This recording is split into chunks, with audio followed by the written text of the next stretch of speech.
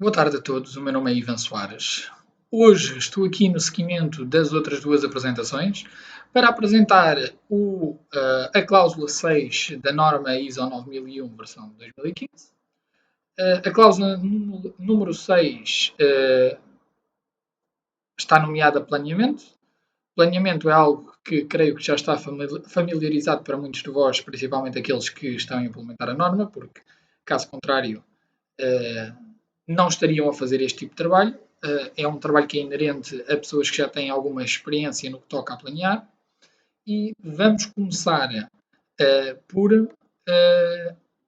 falar sobre esta definição de planeamento. O planeamento é nada mais, nada menos do que o ato ou o efeito de planear. Quando estamos a considerar um planeamento, temos de ter em conta que existe a definição de objetivos e, para além da definição de objetivos, é requisito essencial uma estratégia para atingir estes objetivos. Esta estratégia passa por um conjunto de questões que temos de fazer a nós mesmos ou à nossa organização, de maneira a conseguirmos alcançar esses objetivos.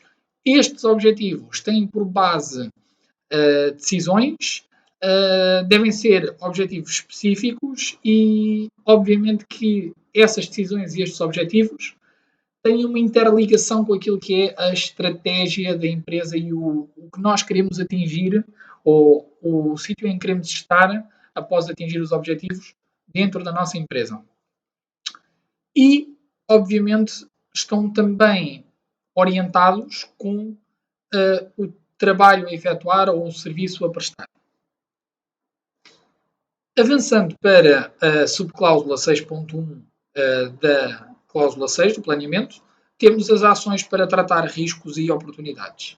E quando estamos a falar desta questão de ações para tratar riscos e oportunidades, existe aqui toda uma, digamos, definição sobre o risco e a oportunidade. Eu começo por isso, não sei se falei disso no vídeo anterior, mas no meu entender enquanto gestor, um risco é o efeito da incerteza. E um risco pode ser uma oportunidade ou uma ameaça. Então, este nome, para mim, pode ser dado. No entanto, vamos falar mais sobre isto um pouco mais à frente. Então, 6.1.1, e passo a ler, ao planear o sistema de gestão da qualidade, a organização deve considerar as questões referidas em 4.1. E o que é 4.1? 4.1 é compreender a organização e o seu contexto. O que é isto? Conforme vimos na primeira apresentação, o contexto, ou compreender a organização e o seu contexto, significa fazer uma análise de contexto. Essa análise de contexto pode ser uma análise SWOT, uma análise pestal, pode ser vários tipos de análises, depende daquilo que estamos a fazer. Ou seja, isto tem de ser um input quando nós estamos a planear o sistema de gestão da qualidade, nomeadamente nesta parte das ações para tratar riscos e oportunidades. E os requisitos mencionados em 4.2. O que é 4.2? 4.2 é a compreender as necessidades e expectativas das partes interessadas. Ou seja, as necessidades e expectativas das partes interessadas são também um input para ações para tratar riscos e oportunidades. E, por fim, temos de determinar os riscos e as oportunidades que devem ser tratados. Eu, quando digo, e falei há pouco desta questão da análise de riscos, tem a ver com nós separarmos um risco em oportunidade e ameaça. Mas, repito, mais um pouco à frente vamos falar sobre esta questão. E o porquê de nós considerarmos estas questões, de forma a dar garantia de que o sistema de gestão da qualidade pode atingir os resultados pretendidos, lá está orientado com os resultados da empresa, aumentar os efeitos desejáveis, ou seja, por exemplo, se tivermos uma oportunidade e definirmos uma ação, conseguirmos aumentar a utilização desta oportunidade, ou seja, existe uma oportunidade, vamos potenciá-la. Se existir um risco de diminuir os efeitos negativos, ou neste caso, se existir uma ameaça de diminuir os efeitos negativos. Prevenir ou reduzir os efeitos indesejados, mais uma vez, ou seja, esta é a parte ligada à ameaça, o B é a parte ligada à oportunidade. E, por fim, obter melhoria, porque toda a norma ISO 9001 está ligada, digamos, à melhoria do nosso sistema, à melhoria contínua. e estas ações não deixam de fazer esse mesmo trabalho. Então, eu vou começar primeiro por referir aqui que a organização deve considerar as questões referidas. E organização é diferente de gestão de topo. Há muitas pessoas que confundem um pouco esta ideia, que é a gestão de topo que deve definir tudo, a gestão de topo é que sabe, e nós somos apenas o gestor de um processo ou de um subprocesso, não temos qualquer participação. O que é a organização? Pessoa ou conjunto de pessoas que têm as suas próprias funções, com responsabilidades, autoridades e relações para atingir os seus objetivos. Ou seja, dependendo da avaliação de riscos e se temos uma oportunidade ou uma ameaça, essa oportunidade e ameaça deve ser resolvida por um conjunto de pessoas. Ou um conjunto, ou deve estar interligada diretamente com processos. E o processo, apesar de ter um responsável de processo que vai assumir, digamos, a cara de resolver isto, não deve ser o gestor de processo sozinho a tomar esta decisão. É uma decisão que deve ser tomada, digamos, em equipa, porque potenciamos também a maneira como podemos resolver. Porque, por vezes, o gestor de processo é uma pessoa que está ligada ao processo, claro, mas não é a pessoa que faz tudo, ou não é um one-man team, one-job team. É um trabalho de equipa e, possivelmente, se a equipa analisar a ameaça ou a oportunidade, consegue definir melhor uma ação para tratá-la, porque por vezes a equipa tem um know-how técnico que pode ajudar a chegar a estes objetivos.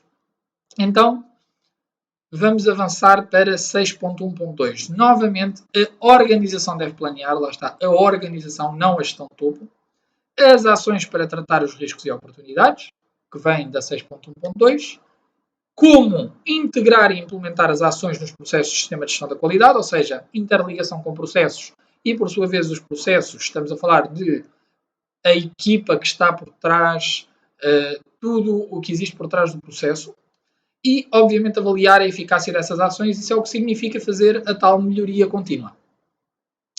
Por fim, as ações compreendidas para tratar riscos e oportunidades devem ser proporcionais ao impacto potencial na conformidade de produtos e serviços. Ou seja, nós devemos tomar ações que, na sua natureza, melhorem, digamos, ou tenham um impacto no nosso produto ou serviço. Não serve de nada tomarmos uma ação que, quando estamos a implementar esta norma, não vai impactar, ou, neste caso, potenciar a conformidade do produto ou do serviço. Dou um exemplo. Nós podemos tomar uma ação como, por exemplo, passarmos a fazer reciclagem. É uma ação fantástica no que toca, por exemplo, se a ameaça for o estado do meio ambiente, claro, ou a degradação do meio ambiente. Tudo bem, 5 estrelas, para mim é uma ação fantástica, eu sou super a favor de reciclagem e cuidado com o ambiente. Mas há que pensar que, imaginem vocês, apenas produzimos ou consumimos 10 caixas de cartão ao ano. É assim tão importante avaliar este risco e definir se é uma oportunidade ou uma ameaça e definir uma ação para tratar, caso seja uma ameaça, porque provavelmente é uma ameaça. Nós sabemos que é uma ameaça. E pode ser uma ameaça grave, claro, dependendo do que nós consideramos que é grave.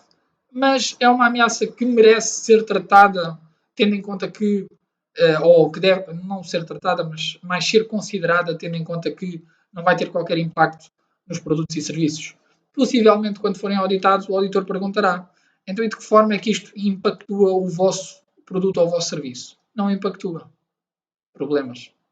Chatices. Porquê? Porque estamos, digamos, a gastar recursos, a definir objetivos, mas que não estão alinhados com aquilo que é a implementação da norma ISO 9001-2015.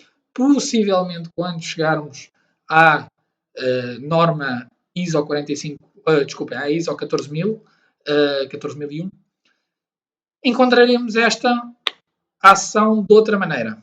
Ou talvez não.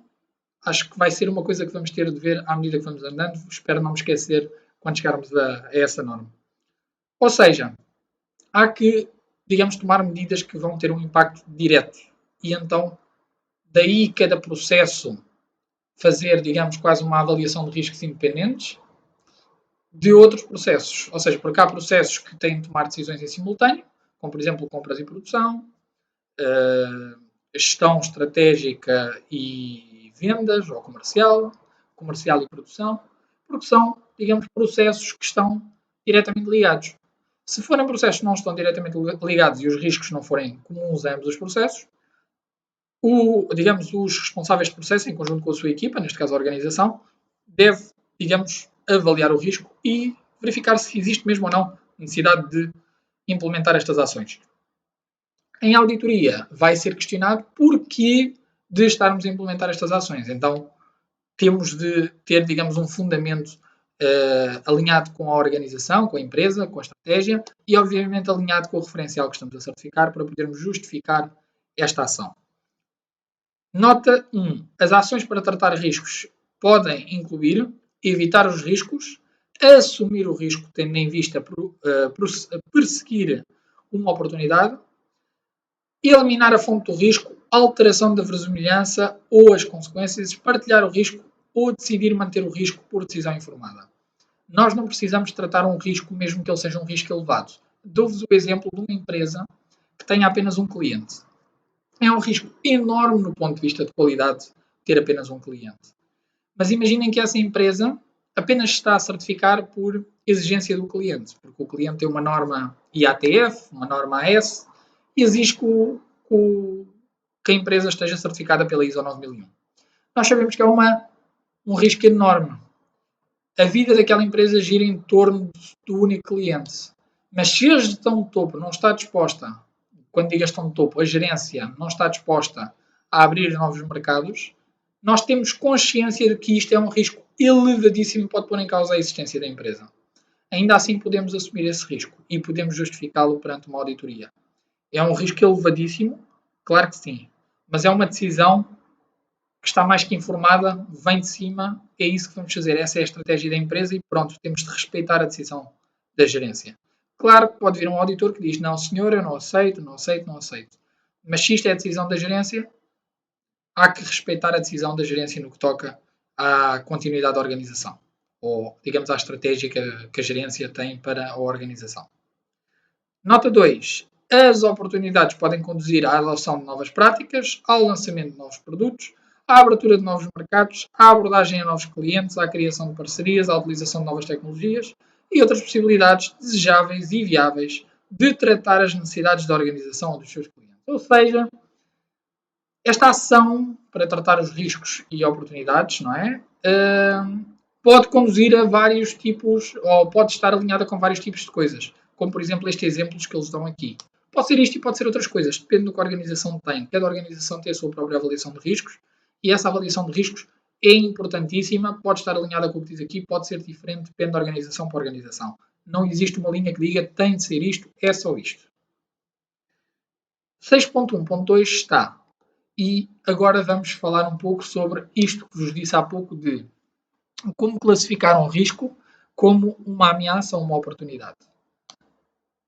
Um risco, com base na análise de contexto e necessidades e expectativas das partes interessadas, pode ser uma oportunidade. Ou seja, imaginemos que o risco que estamos a falar é, por exemplo, o risco de sermos os únicos players no mercado. É um risco que pode ser mais, digamos, ou eu vejo mais como uma oportunidade do que propriamente uma ameaça. Porque permite que a empresa chegue a vários mercados. Ou seja, ou, neste caso, que maximize a sua influência sobre o mercado. É quase como se fosse um monopólio. E é aqui que nós temos de ter muita atenção quando estamos a falar desta questão. Porquê? Porque interpretação é chave. E eu posso ver isto como uma ameaça. Por exemplo, eu não ter a capacidade de dar resposta aos meus clientes. E então, como sou o único player no mercado, os meus clientes vão ficar agarrados, vão ter de criar novos players. Posso ver também isto como, imagina que nós nos desleixamos e entra outro player no mercado e nos rouba o mercado. Pode acontecer, é uma ameaça. Ou seja, existem ameaças que são inerentes, digamos, deste risco.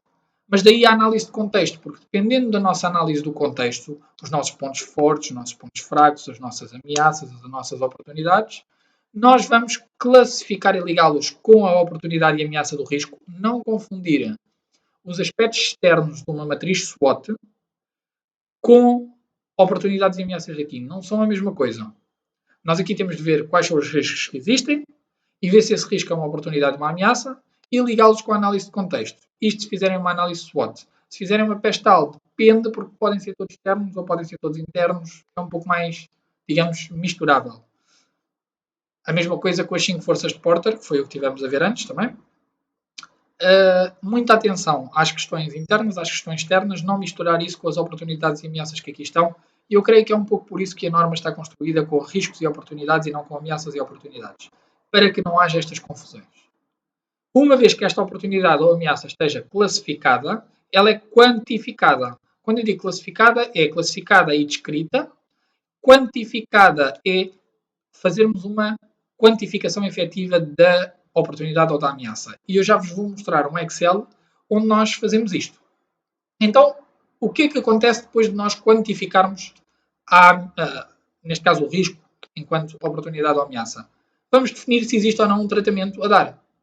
Isto porque, tal como vos referi antes, nós podemos encontrar algo que seja uma oportunidade, uma ameaça, e porventura não a tratar. Porque há uma decisão informada sobre não tratar. Se não tratamos, consideramos como fechado. Não vamos estar de volta disto. Podemos outra vez fazer uma reavaliação. Claro, e devemos fazer uma reavaliação. Mas não há tratamento, não vamos avançar. Se houver um tratamento, nós vamos definir as ações para tratar os riscos e oportunidades, tal como já vimos, que estão diretamente ligadas aos processos.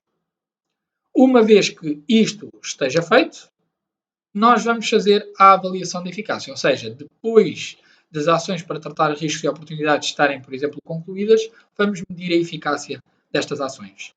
Vou trocar de página aqui só para vos mostrar um pouco o que é que eu quero dizer com isto.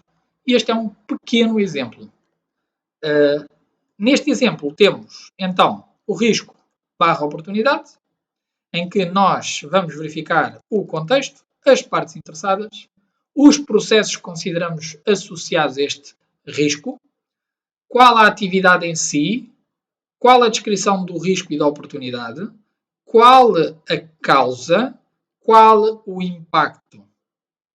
Uma vez que isto esteja feito, este exercício, que resume só 6.1.1, vamos fazer uma avaliação qualitativa do risco e oportunidade. Definimos se é um risco, se é uma oportunidade. Eu, por exemplo, tenho esta matriz ao contrário. E o que é que isto faz? Faz com que, dependendo se é um risco ou uma oportunidade, temos na matriz à direita a probabilidade alta, média, baixa. Temos o impacto alto, médio, baixo. E como podem ver aqui, se por exemplo colocarmos médio, alto, ele automaticamente fez, por exemplo, uma cruz aqui. E como é um risco, está na zona do vermelho. Se fosse uma oportunidade, estaria na zona do verde. Quanto mais alto o risco, quanto mais alta a oportunidade, melhor a forma ou melhor a nossa ação vai ter impacto sobre este risco, por assim dizer. Porquê? Porque se for, por exemplo, um risco que se transforma ou que se caracteriza como uma oportunidade alta, possivelmente a definição de ações vai ajudar-nos aqui a tomarmos, uma medida, não é? Que nos vai potenciar ainda mais essa ação e ajudar a nossa organização a crescer. Se for o contrário, por exemplo, se for um risco, nós sabemos que queremos passar esta cruz de cá do vermelho para cá para o verde, melhor das hipóteses, ou até mesmo desaparecer. Ou seja, eliminar a fonte. E se isso acontecer, claro que temos de definir uma ação para o fazer. Uma vez que este exercício esteja feito, vamos ao planeamento de ações, e o planeamento de ações, tal como vimos na nossa apresentação, está no 6.1.2, também está referido aqui, claro, mas no 6.1.2 fala-nos imenso sobre esta parte. E então, definimos o número da ação para podermos cruzá-la depois com outros indicadores do nosso sistema. Descrevemos a ação a ser feita. Descrevemos quem é o responsável por implementar esta ação, normalmente será o responsável do departamento, o estado em que ela está mediante revisões deste documento, e obviamente observações, o que é que já foi feito, o que é que não foi feito. Isto pode ser subdividido em linhas que depois vão ter os vários acompanhamentos. Por exemplo, o acompanhamento trimestral, pegávamos, por exemplo, nisto e faríamos isto, não é? Primeiro trimestre, segundo trimestre, terceiro trimestre, quarto trimestre. Juntávamos, por exemplo, duas e ficávamos com 4. E a mesma coisa aqui. Por fim, uma vez que o planeamento das ações esteja terminado, nós vamos avaliar a eficácia destas ações. A avaliação da eficácia destas ações não implica que seja no dia a seguir a ação estar concluída. Pode ser, digamos, feita ao fim de 6 meses, ao fim de 1 ano, depende daquilo que estamos a fazer. Depende da ação em questão. Depende de como é que ela vai impactar a nossa organização. Imaginem que a ação tomada só será reconhecida o seu impacto daqui a 2 anos. Então é daqui a 2 anos que temos de avaliar esta eficácia. Convém deixar, por exemplo, uma nota aqui. Avaliar eficácia em, por exemplo, estamos em setembro de 2021, setembro de 2023. E assim sabemos que isto terá de ser ainda avaliado. Então, isto é uma sugestão daquilo que podem fazer, por exemplo, para avaliar ou para definir ações para tratar riscos e oportunidades. E assim dar resposta às cláusulas 6.1.1 e 6.1.2. Aqui está o fluxograma que eu vos mostrei há pouco. Este é a base que eu utilizo para criar este tipo de documentos. Um fluxograma ajuda-me sempre a ver se não me escapou nada. Ainda na 6.1.2, atenção nesta questão das notas, repito, só por estarem aqui as notas não quer dizer que isto tenha de ser cumprido exatamente à risca e religiosamente aquilo que está aqui a ser dito. Há que analisar, depende do contexto da empresa, depende do objetivo da empresa, tudo depende daquilo que temos nas mãos. Nenhum caso é igual, ou porventura pode ser muito semelhante, mas igual nunca é. E copiar um documento destes de uma empresa para a outra, muitas vezes resulta em estar mal implementado. Não aconselho ninguém a andar a copiar documentos. É bom, despacha trabalho, claro, mas fugir toda a gente adaptar à realidade da empresa, às vezes porque até a empresa já faz isto, antes de documentar, já faz isto verbalmente. E muitas vezes é bom perceber esse exercício. Cá estão os exemplos em Excel, já vos mostrei, a ação para tratar riscos barra os objetivos da qualidade. Agora, porquê os objetivos da qualidade serem diferentes das ações para tratar riscos e oportunidades? Ações para tratar riscos e oportunidades advêm de análise de contexto e, neste caso, definição de partes interessadas, de necessidades e expectativas de partes interessadas. Depende também de cada processo. Os objetivos da qualidade são diferentes porquê? Porque um objetivo em si é diferente. O que é efetivamente um objetivo? É um resultado a atingir. Uma ação para tratar riscos e oportunidades não é propriamente um objetivo a atingir. Claro que é um objetivo subentendidamente, mas não é um objetivo direto. Não é possível dizermos que temos aqui esta métrica que vai medir se atingimos esta ação. Não é assim que funciona. A ação é definida e a ação pode ter vários objetivos que acabam por ser medidos. E assim que esses objetivos estejam medidos e respondidos, a ação foi ou não foi respondida. Ou seja, o objetivo acaba por estar interligado à implementação da ação e à medição da eficácia da ação. Então, eu tento não misturar isto propriamente com as ações para tratar riscos e oportunidades. Há aqui várias notas. Eu não vos vou ler as notas porque não acho que seja necessário. Há que ter em conta essas notas. Um objetivo pode ser estratégico, tático ou operacional. E por aí fora podem ler se quiserem. Isto faz parte da norma de nomenclaturas, podem vir consultá-la, já a coloquei antes referida. Venham consultá-la, venham ver se acharem que é necessário. Se não, pausem o vídeo aqui e leiam também o que aqui está. Agora, novamente, 6.2, objetivos da qualidade e o planeamento para os atingir. 6.2.1, a organização deve estabelecer os objetivos da qualidade para funções, níveis e processos relevantes necessários para o sistema de gestão da qualidade. Então, reparem, as ações para tratar riscos e oportunidades estão ligadas a processos. Os objetivos estão ligados a funções, níveis e processos relevantes. E é necessário ter esta descrição. Porquê? Porque nós não podemos misturar as duas coisas. Não podemos estender o Excel em 40 colunas e colocar isto depois à frente e depois subdividir outra vez isto porque ainda tem outra interligação. Há que ter a consciência de que, para mim, é melhor serem dois documentos diferentes e já vos vou mostrar um exemplo deste documento. Os objetivos da qualidade devem ser, cada um destes, consistentes com a política da qualidade, mensuráveis, ter em consideração os requisitos aplicáveis, relevantes para a conformidade dos produtos e serviços e para o aumento da satisfação do cliente, monitorizados, comunicados e atualizados conforme adequado. Atenção, não é preciso todos os dias atualizarmos os objetivos da qualidade. Pode ser todos os meses, pode ser todas as semanas, pode ser todos os trimestres ou ano a ano. Não precisamos de andar sempre em cima disto. Convém ter isto tratado perante uma auditoria interna ou externa, para que não tenhamos de perder tempo com esta análise no momento da auditoria. A organização deve manter informação documentada sobre os objetivos da qualidade. Na apresentação anterior já falámos sobre esta questão do manter. Creio, senão falaremos hoje. Então, atenção. Processos são o quê? A organização tem processos que podem ser definidos, medidos e melhorados. Estes processos interagem para disponibilizar resultados que sejam consistentes com os objetivos da organização e com os limites entre as funções. Alguns processos podem ser críticos, enquanto outros não o são. Nos processos há atividades interrelacionadas em que há entradas e das quais resultam saídas. Nós já vimos isto quando vou só diminuir aqui o tamanho da minha imagem, quando estivemos na parte da definição dos processos de empresa e quando estivemos a falar sobre a política, não é? Essa definição de processos é estes processos que se referem aqui. Funções têm a ver com recursos humanos. Existem várias funções, pode ser construído um mapa de funções, falaremos disso mais à frente, mas funções não são processos. Funções são vários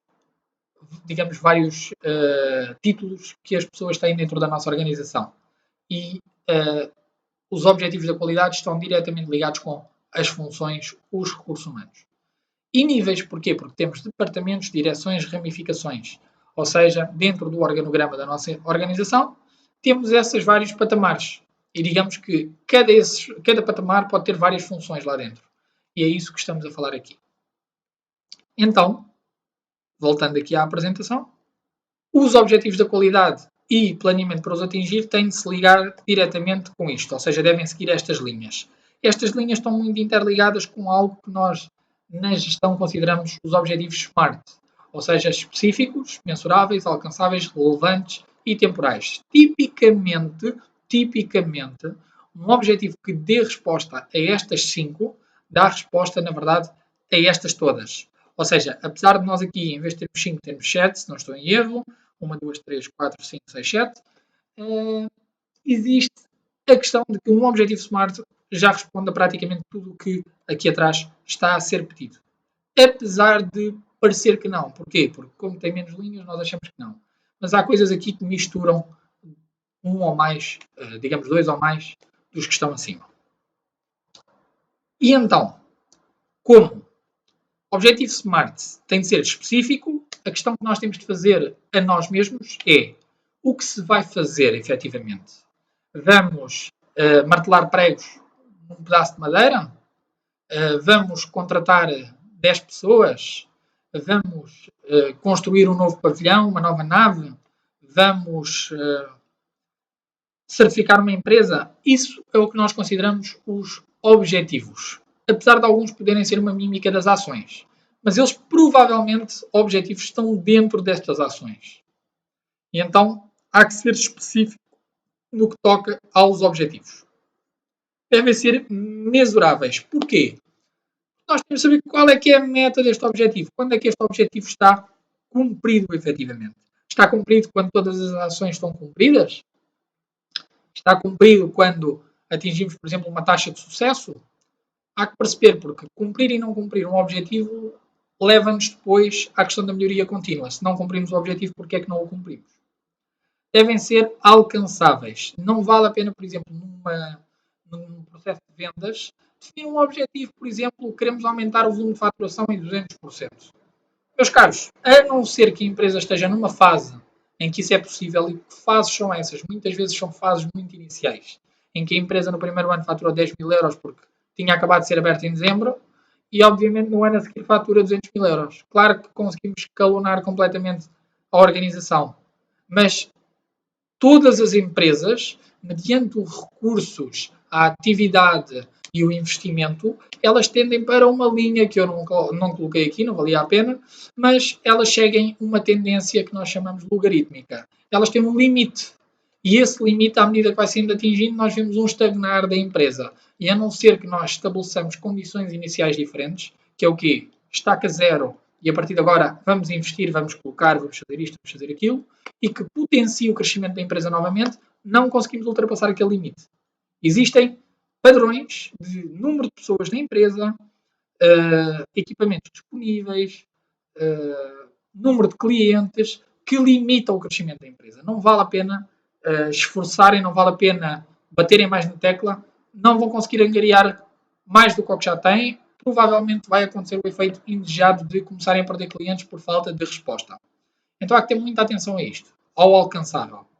Relevantes, tal como as ações para tratar riscos e oportunidades, elas têm de ter um impacto na empresa. Não pode ser só um objetivo por ser um objetivo. Ou seja, não pode ser só queremos ter menos acidentes de trabalho e este é o nosso objetivo, ou queremos ter 0 acidentes de trabalho, mas no ano passado tínhamos um acidente de trabalho. Qual é que é o impacto? Nós fomos ver que o acidente de trabalho nem foi grave, não teve baixa, foi apenas uma pessoa que teve uma entorse, ficou uma semana ou duas em casa e voltou a trabalhar. Então isto não é relevante, não tem impacto na empresa. O que é que seria, por exemplo, realmente ter um impacto na empresa? É, por exemplo, se nós o ano passado tivemos 30 reclamações dos clientes, dizer neste ano queremos ter apenas do número total de encomendas, 5% dessas encomendas podem resultar em reclamações. Mais que isso para nós, não. Isso sim tem um impacto relevante porque significa que estamos a aumentar o nível de qualidade do nosso produto ou serviço. E tem que ser time-bound ou temporais. Porquê? Nós temos datas para atingir objetivos. Quem define objetivos e não define datas, tipicamente não os atinge. Porquê? Amanhã faço. Depois da amanhã faço. Para a semana faço. Para o mês que vem faço. No próximo ano faço. Eles não são temporais e não são cumpríveis. Porquê? Porque amanhã temos tempo para fazer aquilo que não fizemos hoje. E então, enquanto nós estamos a falhar com uma deadline, com um prazo, não vai mudar nada. Esse objetivo não vai ser cumprido. Há que ter isso em conta. Resumidamente, isto acaba por ter, obviamente, o impacto, como estávamos a falar. Isto tem de ser consistente com a política da qualidade, ou seja, tem de ser relevante, tem de ter impacto na empresa.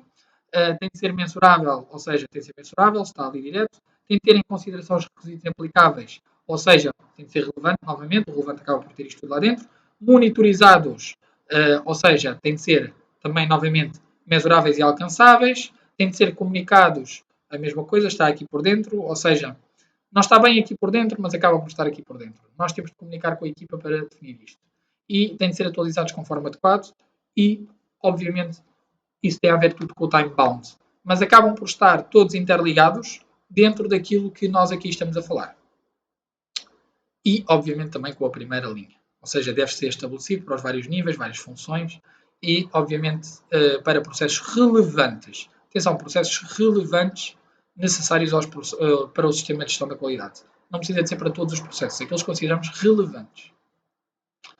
Depois, obviamente, já percebi que falhei há uns minutos atrás, a organização deve manter informação documentada sobre os objetivos da qualidade.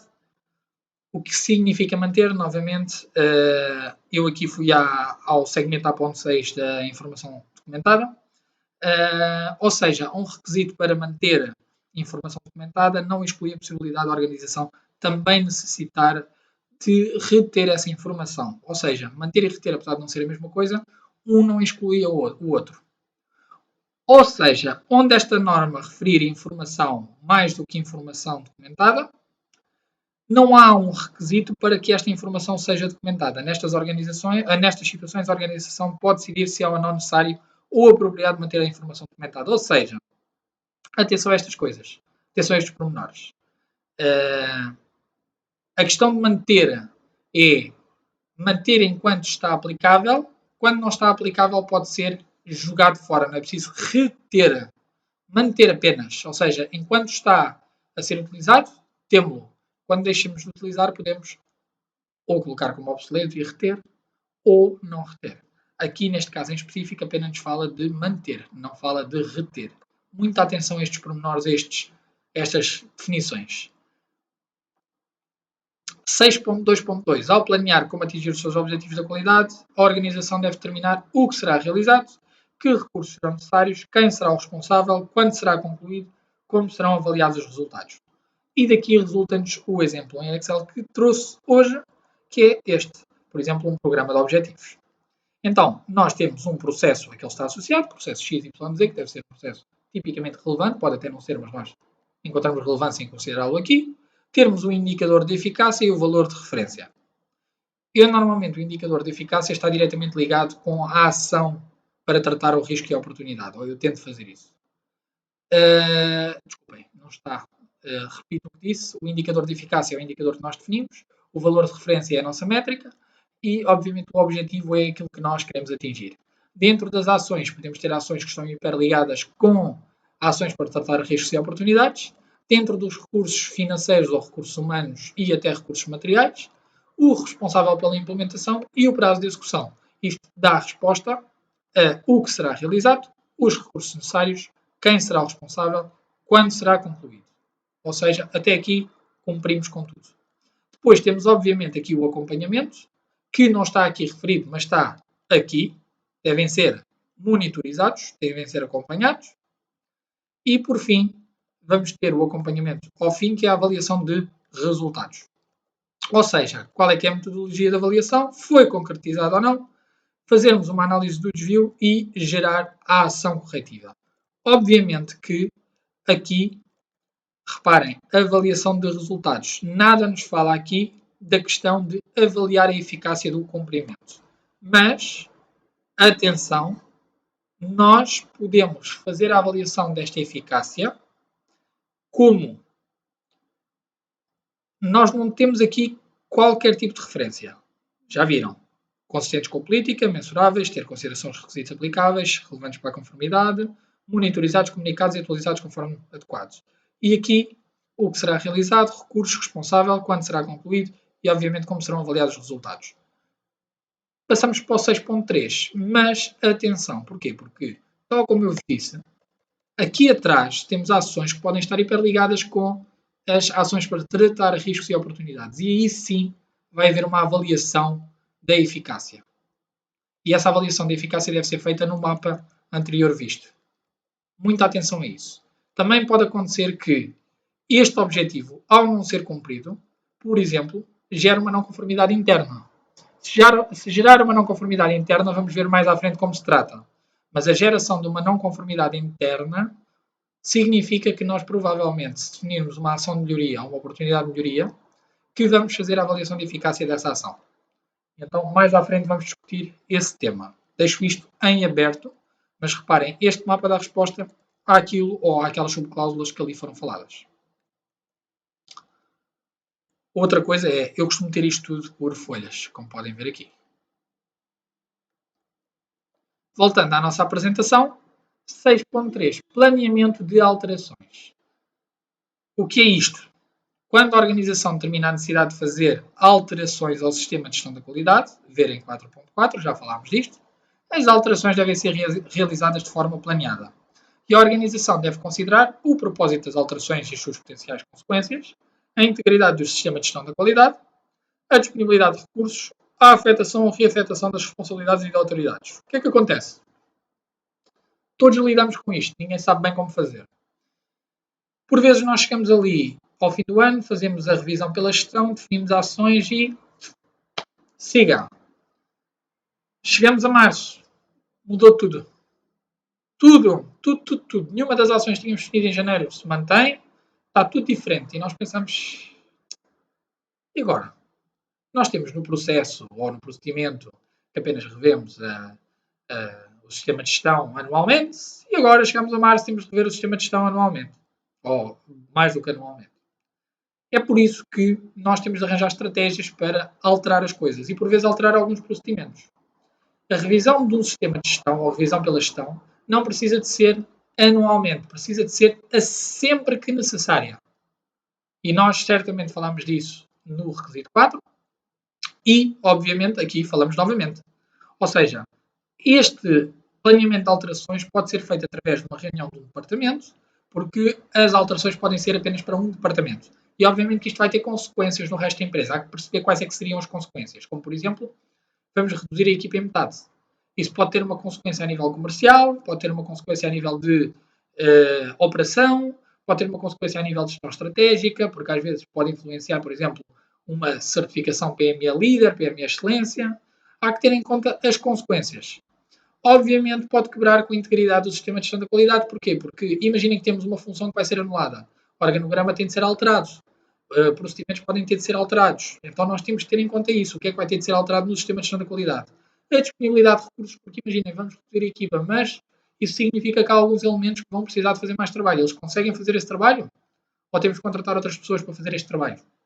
E, por fim, a afetação ou reafetação das responsabilidades e autoridades, porque estas pessoas têm responsabilidades e autoridades. Se as deixarem de ter, para quem é que elas vão passar? Para o seu chefe de departamento, que possivelmente também pode sair? Para o superior hierárquico desse chefe de departamento? Há que ver isto. Isto pode ser feito numa reunião de departamento, numa reunião da equipa de gestão, ou até mesmo ser feita uma revisão pela gestão em que definimos ações completamente diferentes daquelas que tínhamos feito. Então, existem todos estes métodos como podemos fazer isso. Muita atenção a estes pormenores. Planeamento de alterações é uma das coisas mais fulcrais quando se implementa um sistema de gestão da qualidade e que tem de ficar claro para toda a gente. Não alterar só porque sim. Alterar com pés, tronco e membros e, obviamente, comunicar alterações. É o que eu tenho por hoje. Foi um pouco mais curto que os outros, 41 minutos, creio.